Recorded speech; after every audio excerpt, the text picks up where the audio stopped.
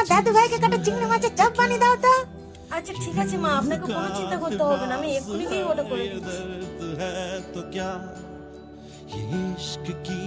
মামার বাড়িতে আসলে দিদা শুধু আমাকে ভালো মন্দ খেতে দেয়। হ্যাঁ দেবে তো, কারণ তুমি তোমার দিদার একমাত্র মেয়ে, ছোট্ট সন্তান। এই নাও চিংড়ি পাকোড়া গুলো খেয়ে নাও, না হলে তুমি তো জানো তোমার দিদা আবার আমাকে খুব বকবে না খেলে।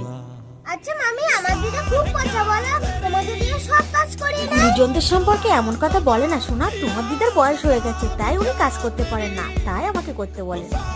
মামি আমি তখন বড় হচ্ছে সেজন্য সব বুঝি।